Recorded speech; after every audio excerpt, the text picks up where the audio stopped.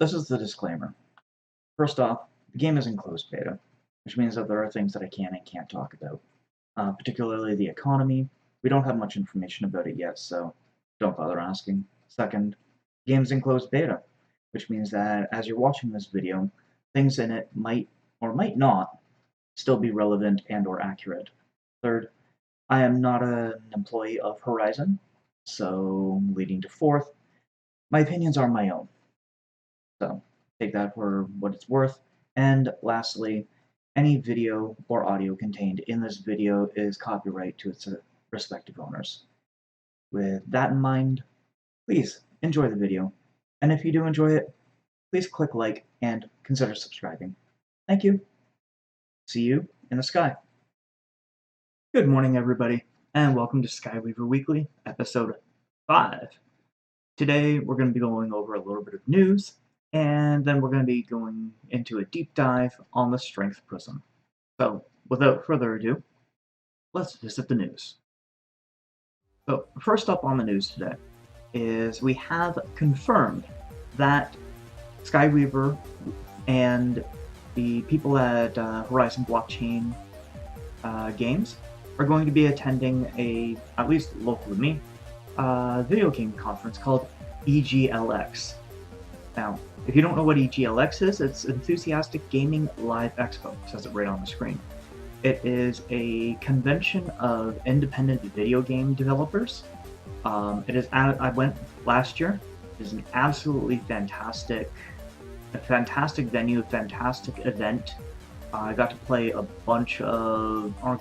see a bunch of new independent games, including meeting the people of Horizon, and there was also there was a video game alley where there was a ton of old arcade games that were all free to play.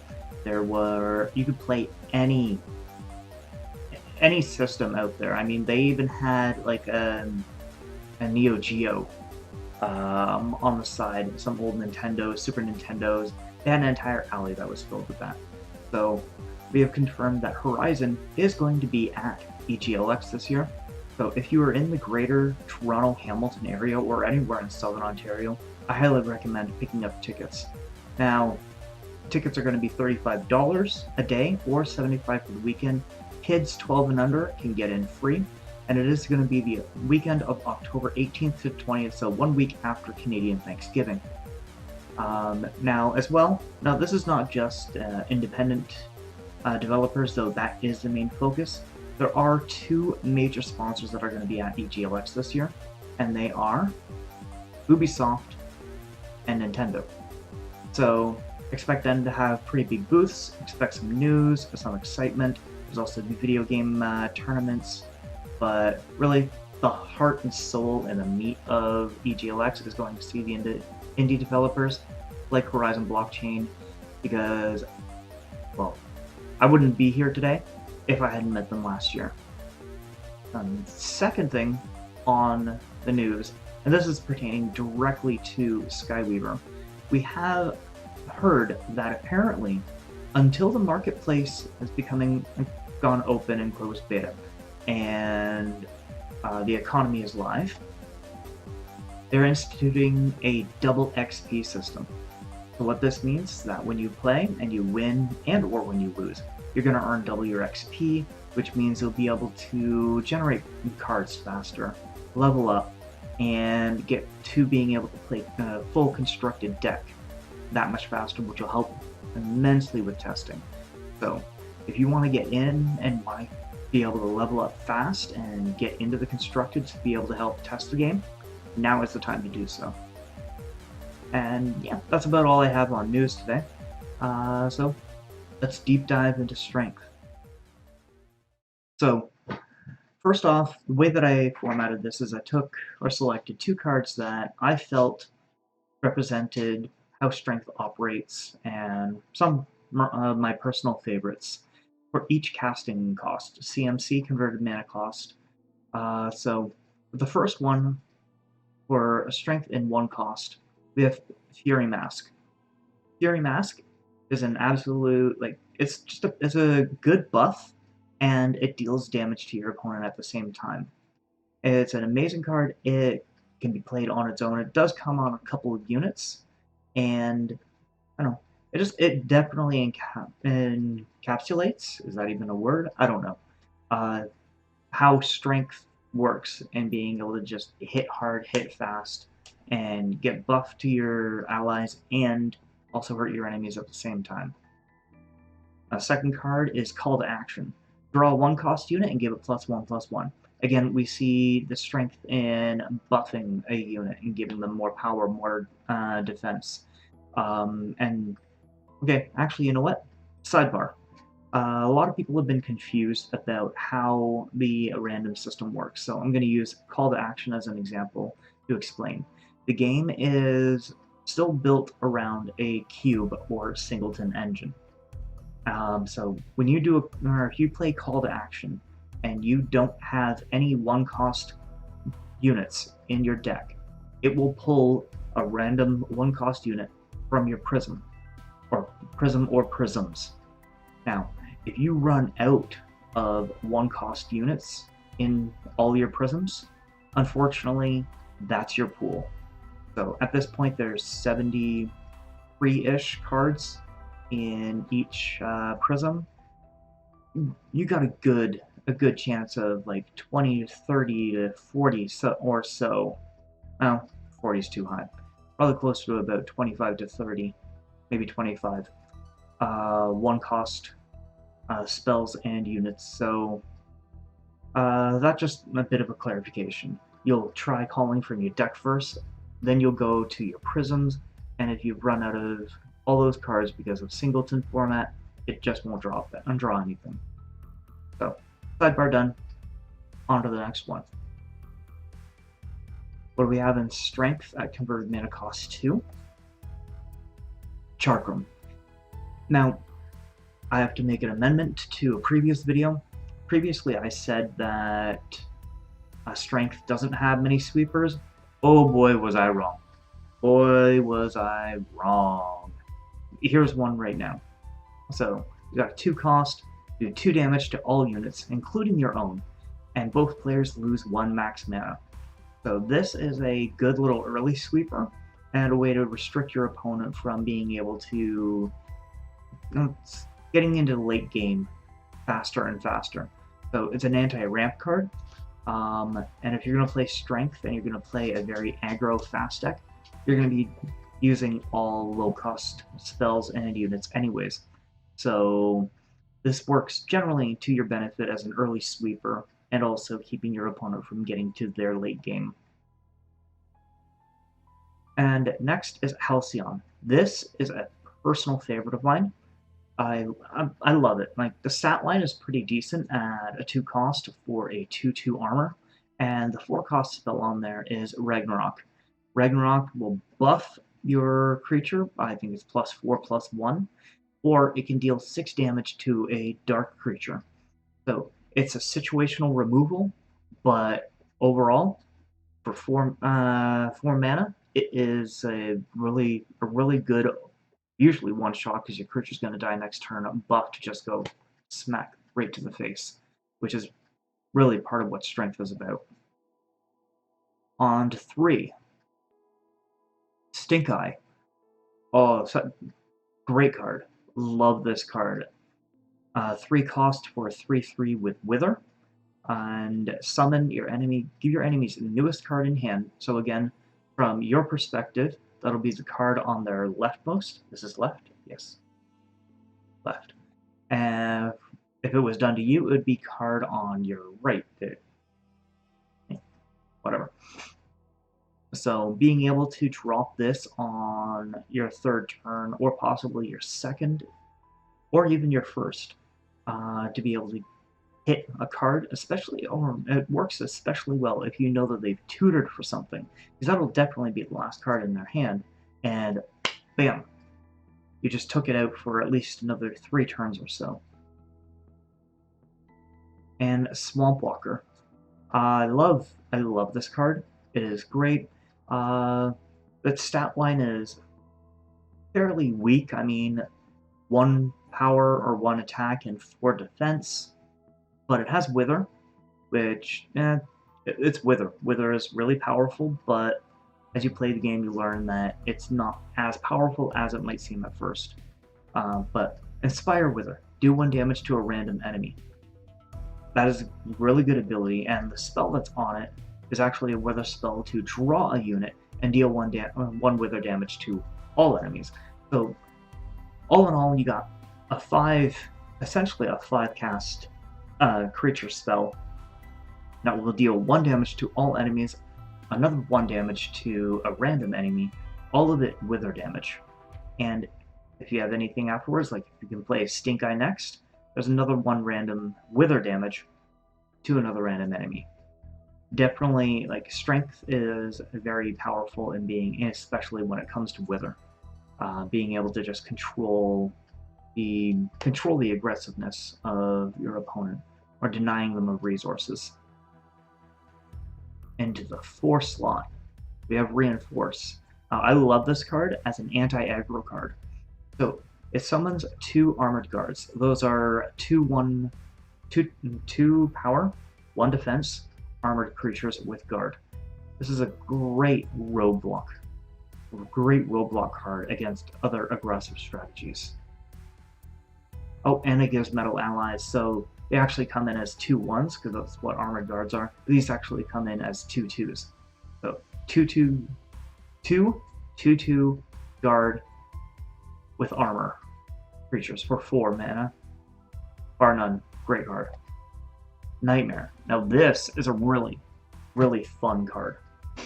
So it's an 0/10, which on the surface doesn't look that great, but it has Inspire Spell. So every time you cast a spell, not a unit, but you cast a spell, it gets +2, -2.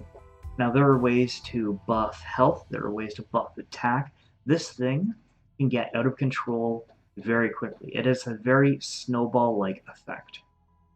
So, again, on the surface, it doesn't look like much, but really, it packs a punch.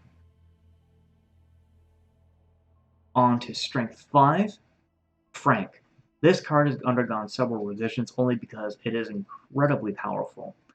So 5 for a 4/4 guard, understated, or so you would think. At the start of your turn, you dust 2 top units, and it gains 4 health.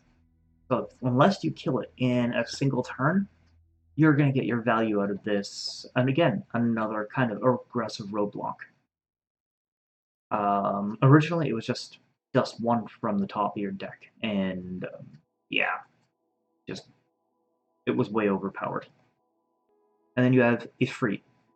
Now, here you go with a 5 cost, 6/6. So already overstated for its mana cost.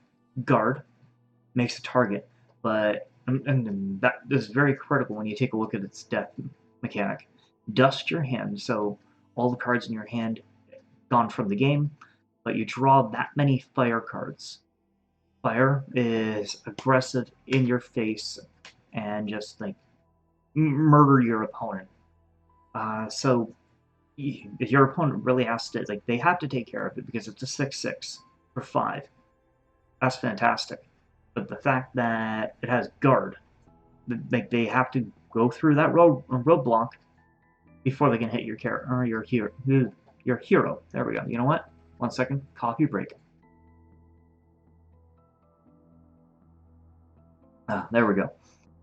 So yeah, it's a roadblock, and that has a great benefit. Unless you have cards in your hand that you don't want to get rid of, then it might not be a good thing. But overall, 6/6 with refill your hand with powerful to the face cards. Can't argue. On to the 6 cost, Tridra. This card is low-key busted. So you take a look at its stat line, it only has a 3 defense, 9 power. Your opponent is going to be knocking this out of the park as soon as they possibly can. But if you take a look, Death, summon 3 Sneck. Now what Sneck is a 3 cost, I'm not even sure what the cost is. I think it's a 1 cost, 3/1. So you actually have 18/6, 18 power, 6 defense, in a 6 cost card. You can't really get much more aggressive than that. It's just a powerhouse. And then here we got some direct damage. So catch. Catch deals 4 damage to a unit, removal, and 4 damage to the enemy hero at the same time. We got 8 damage in a 6-cost spell. Plus, it gives Banner, having an immediate effect on your hero.